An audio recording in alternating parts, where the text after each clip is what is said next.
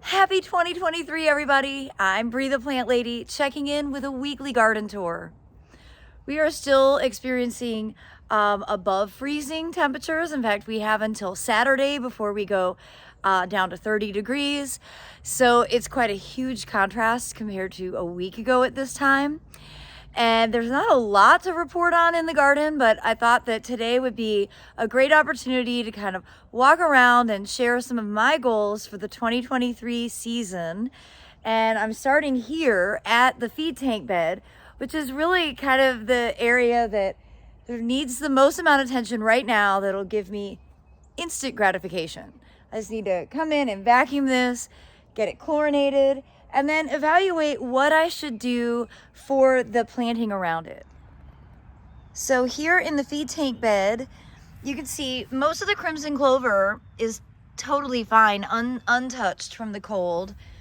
Some of the parsley doesn't look great, but I know it will come back, because see, when you look, there's good growth like in the center. But all this old foliage, I mean, it could be removed. My theory on that is kind of to leave it until I'm going to actually do something major to this bed. You can see the heading crops. The deer have just been eating them. Like, actually, a lot of them, the deer have just pulled out of the ground. And you can see the barley has just been nibbled all the way down. So, you know, my thought here is, if I prevent the deer from getting into this bed, I might drive them to the front yard where they can do a lot more damage to the large wheat stand. So maybe I should just let the deer have this bed. But, you know, this is right off the back deck. I enjoy looking out and seeing it. So I haven't gotten the answer yet. I am definitely gonna clean the pool. I'm sure that will help with my vision. And you know, I'm just gonna kind of really think hard about what the best strategy for this space is. So here in this bed, I want to first show you poppies that look great. They have a little cold damage, but they're definitely growing out of it. Even the lettuce here looks fine. You know, that's not the case everywhere, but this feed tank, I didn't cover it or anything. I think this definitely counts as a success. You can see the cold damage though, but I think these are going to grow right out of it. And in the ground, you know, the poppies also look pretty good. There were definitely more. And so, you know, as I sweep across here, you don't really see that green kind of mass like you have a pocket right there. I don't think in this space I need to sow more poppies, but it's possible that, like, if you had them and they were growing like this and then they disappeared once it got cold, you do have an opportunity to still sow, but you need to do it very quickly. And again, that is more because here in the southeast, it gets hot very early. The poppies aren't super heat tolerant. So we come across here. There were definitely more poppies 2 weeks ago, but there's still a fair number. You can see they look quite healthy and happy. I think there's no reason to do any more overseeding in this bed at all. Been fortunate that the deer have been leaving this bed alone. And you can see, again, lots of tiny little poppies. The peas look a little cold damaged, but they will be fine. And overall, I mean, the heading vegetables are certainly not breaking any records for their growth and development, but with any luck, they will eventually produce.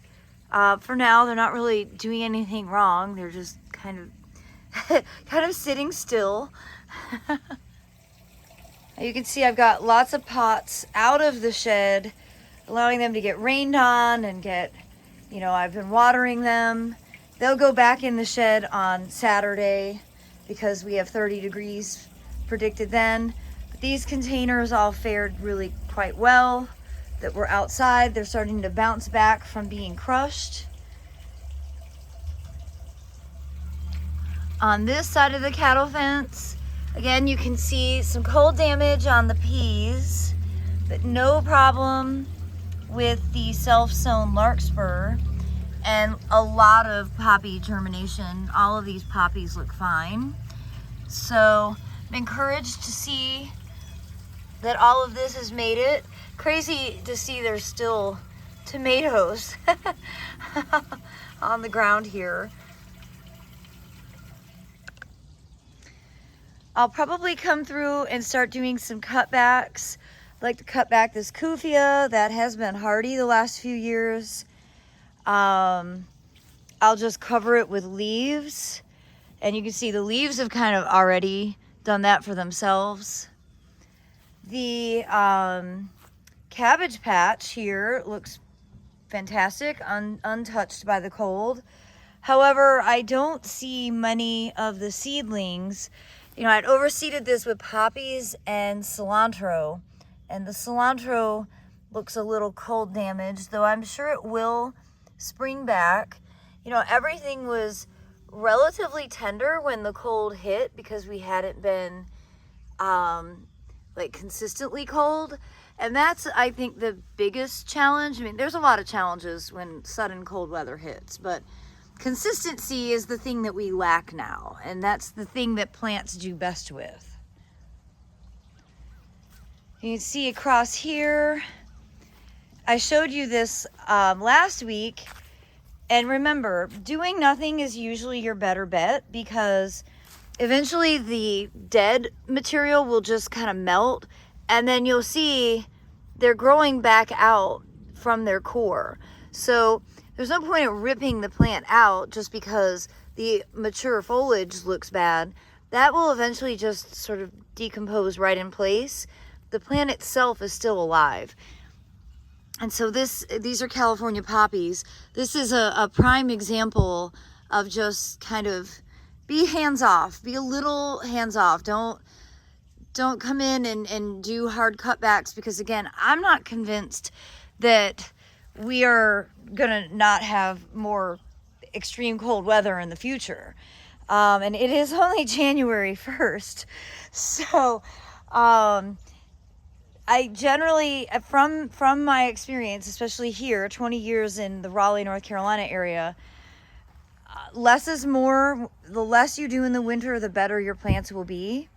So you don't have to get too hung up on doing cutbacks, especially on tender things. Now, I am definitely ready to get this border cleaned and cut back these mums and the lantanas. I definitely would like to come through and mow all the phlox down, just because I don't think it's pretty when it looks like this. And, you know, other people will, there's this whole movement for leaving everything up, which I totally understand. But sometimes you have to balance that with your own aesthetic. And I also would like to get in here and weed. You can see there's a huge population of chickweed and lamium that if I don't get it, it'll seed and I'll have twice as much next year. So there are some maintenance things to also consider, along with like the idea of I'm going to come through here with a push mower, mow all this down, and then it'll be, you know, bare that I'll be able to come through and clean up any of the undesirable plants. So you can see here the arugula took a hit, but it's fine. And it's, you know, it's certainly bouncing back. There's plenty to harvest. I'll tell you what doesn't take a hit from the cold is the vetch. It doesn't have any cold damage on it. Nightmare plant, which I have a lot of. I was at Duke Gardens and the Arboretum the last few days, and they had cleaned up their bananas. I'm definitely motivated to do that. Some of these, the stalks are actually, you know, basically I can take them all the way to the ground, and I'll definitely mound leaves on top of these so that, you know, they stay protected in case we do get cold. Again, you could leave them like this. I think the stalks, though, are dead all the way down, so they're not going to just sort of start leafing out from the top, not after last week's temperatures.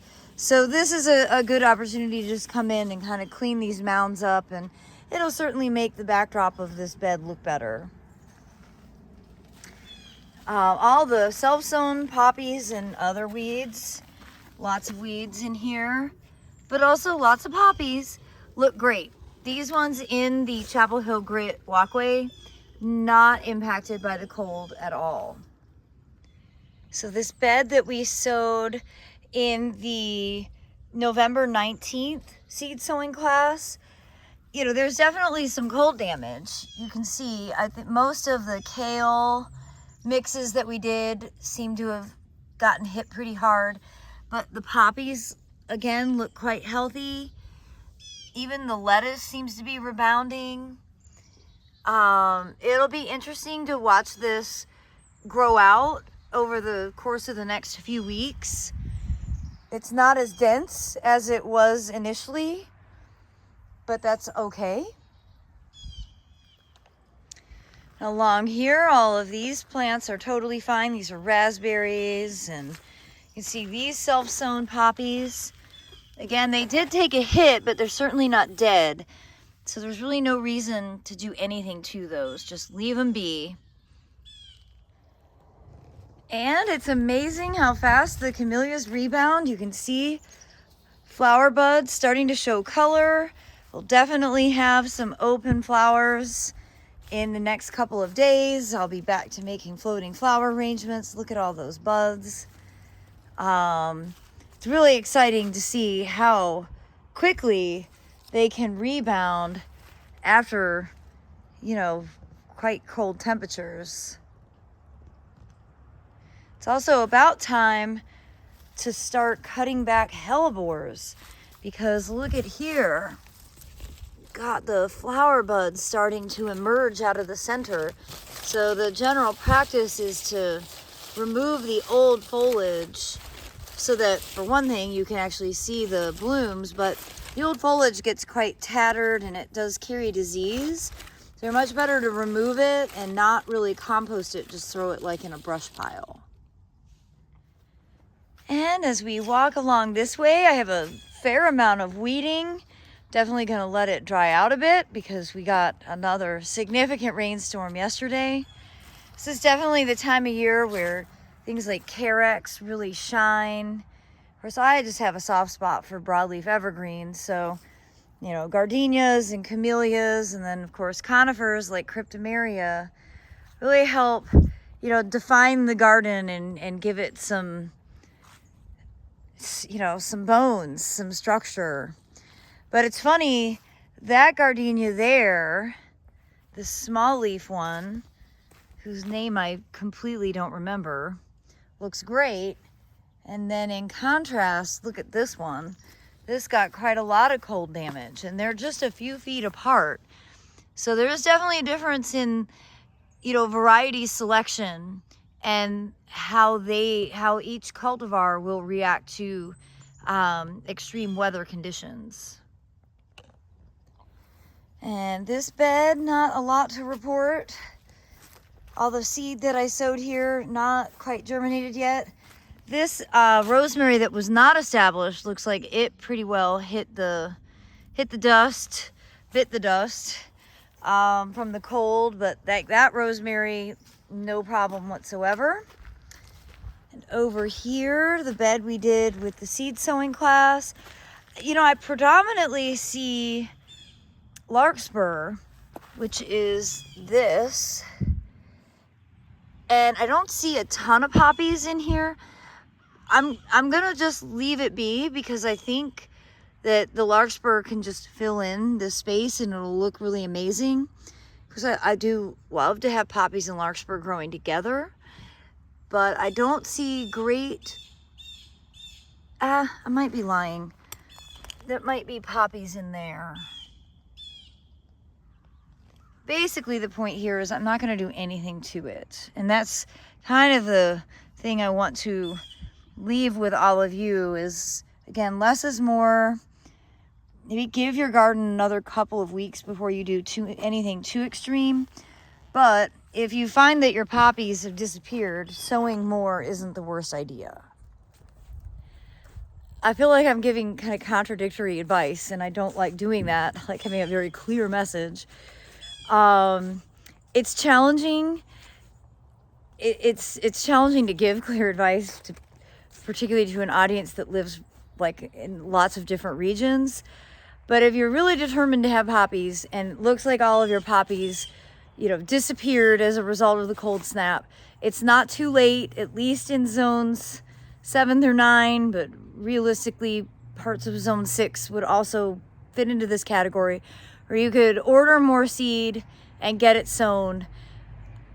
Last year and the year before, I did experiments sowing poppies late, and January 15th sowing was still fine. They did bloom like mid-May to late May, but when I did February sowings and mid-February sowings, those plants, they grew, that they didn't actually ever initiate flowers because it got too hot too fast. So in some regions, later sowing won't be a problem, but here specifically in central North Carolina, later sowings are a problem.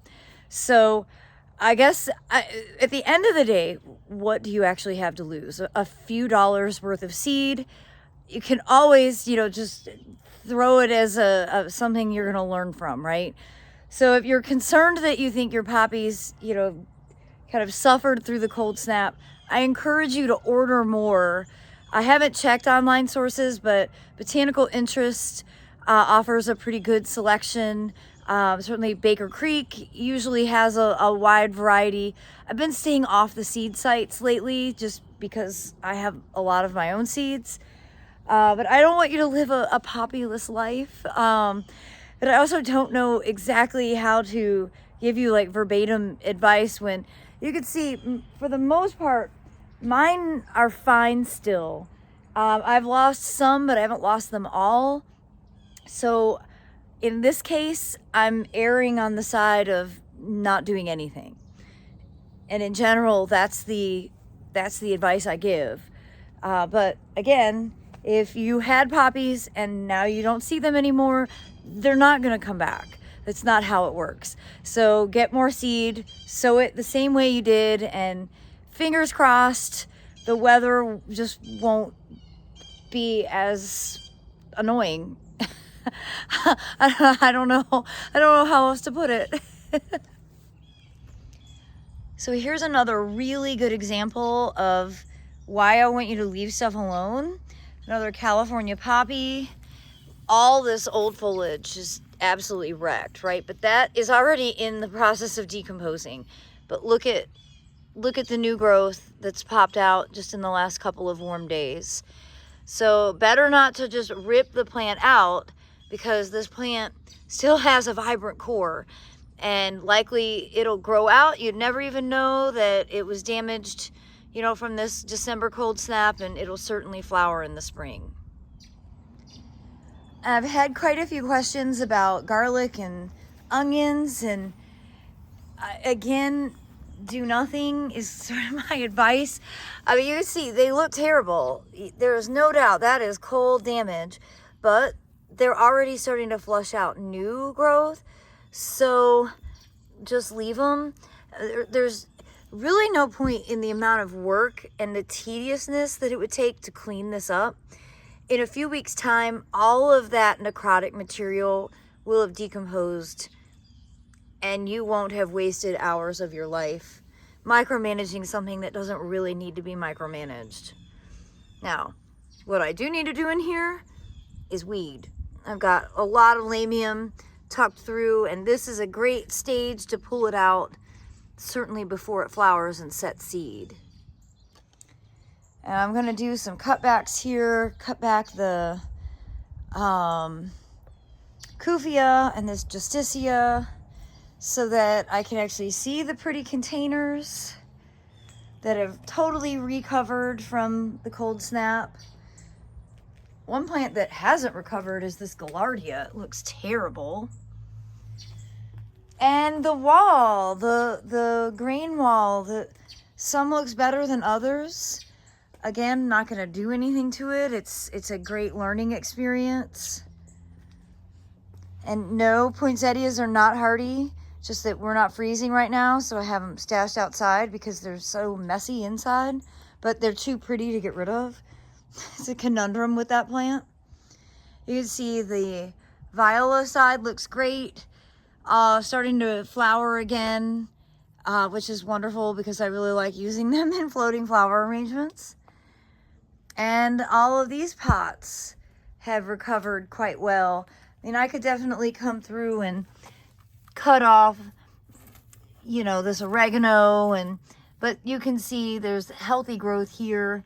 So I'm probably not gonna do anything. I'm just gonna let it be, but that's something you could do.